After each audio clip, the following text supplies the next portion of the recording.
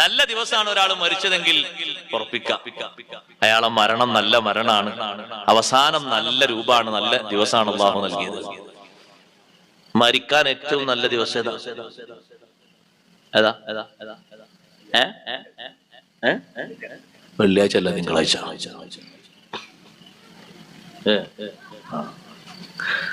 മരിക്കാൻ ഏറ്റവും നല്ല ദിവസം തിങ്കളാഴ്ചയാണ്. സയ്യിദുനാ മുഹമ്മദുർ റസൂലുള്ളാഹി സ്വല്ലല്ലാഹു അലൈഹി വസല്ലം തങ്ങൾ ലോകത്തുനിന്ന് വിടവാങ്ങിയത് റബീഉൽ അവ്വൽ 12 തിങ്കളാഴ്ചയാണ്.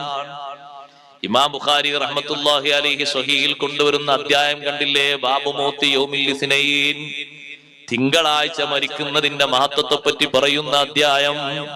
തിങ്കളാഴ്ചയാണല്ലോ നബി സല്ലല്ലാഹു അലൈഹി വസല്ലം തങ്ങൾ വഫാത്തായത്. തങ്ങൾ പിറന്നതും തിങ്കളാഴ്ച തന്നെയല്ലേ, തങ്ങൾ വഫാത്തായതും തിങ്കളാഴ്ചയാണ്. സുന്നത്ത് നോമ്പുകൾ ഷർഫാക്കപ്പെട്ട നോമ്പുകളിൽ ശ്രേഷ്ഠമായ സുന്നത്ത് നോമ്പുള്ള ദിവസവും തിങ്കളാഴ്ചയാണ്. തിങ്കളാഴ്ച മരിക്കുന്നതിന് വലിയ ശ്രേഷ്ഠതയുണ്ട്. സുബ്ഹാനല്ലാഹ്. അതുപോലെ ഒരു തിങ്കളാഴ്ച മരിക്കണമെന്ന് ആഗ്രഹിച്ച മഹാനാണ്. ലോകത്ത് അമ്പിയാക്കൾ കഴിഞ്ഞാൽ ഏറ്റവും വലിയ മഹത്വം അല്ലാഹു നൽകിയ മഹാൻ.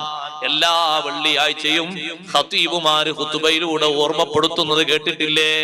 അഫ്ളലുൽ ബശരി ബഅദൽ അംബിയാഇ അല തഹ്ഖീഖ്. അംബിയാഇന് ശേഷം മനുഷ്യരിലെ ഏറ്റവും മഹത്വമുള്ള മഹാൻ സയ്യിദുനാ അബൂബക്കർ സിദ്ദീഖ് റളിയല്ലാഹു തആല അൻഹു മരിക്കാൻ ആഗ്രഹിച്ചതും തിങ്കളാഴ്ചയാണ്. തിങ്കളാഴ്ചയായപ്പോൾ ആയിഷ റളിയല്ലാഹു അൻഹയോട് ചോദിച്ചു, മോളെ ഇന്ന് ഏതാണ് ദിവസം?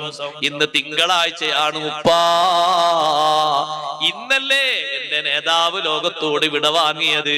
അതെ, ഇന്നെനിക്ക് മരണം വന്നിരുന്നെങ്കിൽ. സിദ്ദീഖ് തങ്ങൾ ആഗ്രഹിച്ചത്, കൊതിച്ചത് തിങ്കളാഴ്ച വഫാത്താകാനാണ്. പക്ഷേ സംഗതി നടന്നത് ചൊവ്വാഴ്ചയാണ്.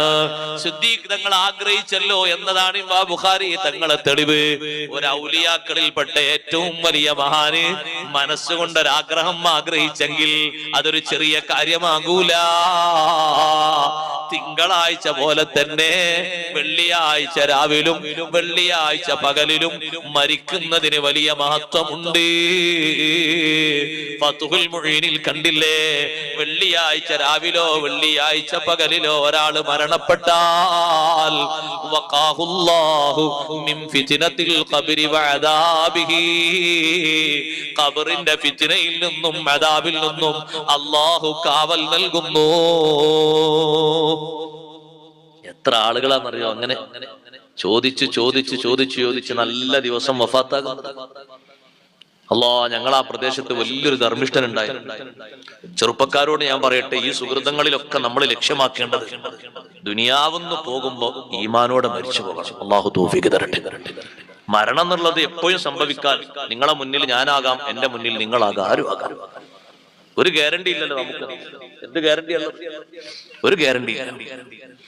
നമ്മൾ ഓരോ സാധനം വാങ്ങുമ്പോ ചോദിക്കും എത്ര വർഷം ഗ്യാരണ്ടി ഉണ്ടെന്നല്ലേ. ചോദിക്കുന്ന ആൾക്കാരെ ചോദിക്കുമ്പോ രസാണ്. ഈ കാലം ഈ ഗ്യാരണ്ടി കാണാൻ ഇയാൾ ഉണ്ടാവുമെന്ന് അറിയില്ല.